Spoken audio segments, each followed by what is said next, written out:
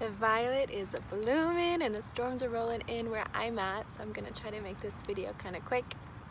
But this is one of my favorite plants, favorite flowers of all time, and I love when I'm seeing violet bloom because it's really a symbol of summer coming. It's one of the first flowers to bloom in the spring, and it's always so exciting to see her coming out and making an appearance.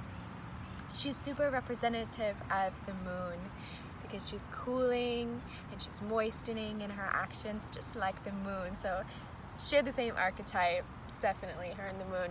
And so with her cooling and moistening, she's really good for that on your body. So wherever you might have like hot tension, like a headache, releasing that tension, or a hangover, like the hot, like sweaty headaches, she'll help a lot with that. And she's so smooth and softening and gentle that she'll do that to your energetic body, so your heart center, smooth you over and soften you, but also to the physical body too. So that will look like fibroids or cysts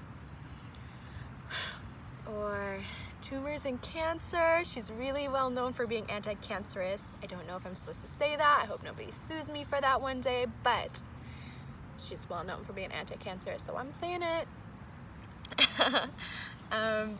Yeah, and she's also just a really great food, so you can go and pick these beautiful little heart-shaped leaves and throw it into a salad.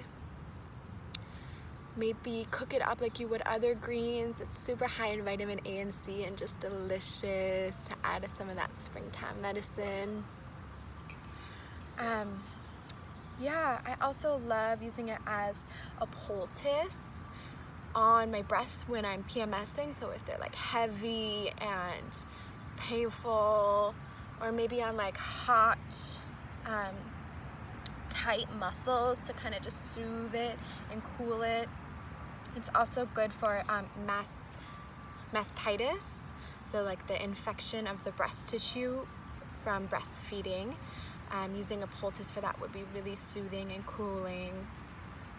Yeah, and she's just this wonderful, sweet little gentle medicine. Rosemary Gloudstar says she represents and she tells us to slow down. She just moves slower, and I love that because in our society, it's such a lesson that we all need to hear, to just, you know, take a second and smell these wonderful smelling spring flowers. Yeah, you can pick her and use her as a tincture and extraction. Really great to just eat fresh. And a poultice, and I love it in an oil. One of my favorite blends is a violet leaf and plantain oil mixture. So soothing and sweet and feminine. So yeah, you can find these in most yards,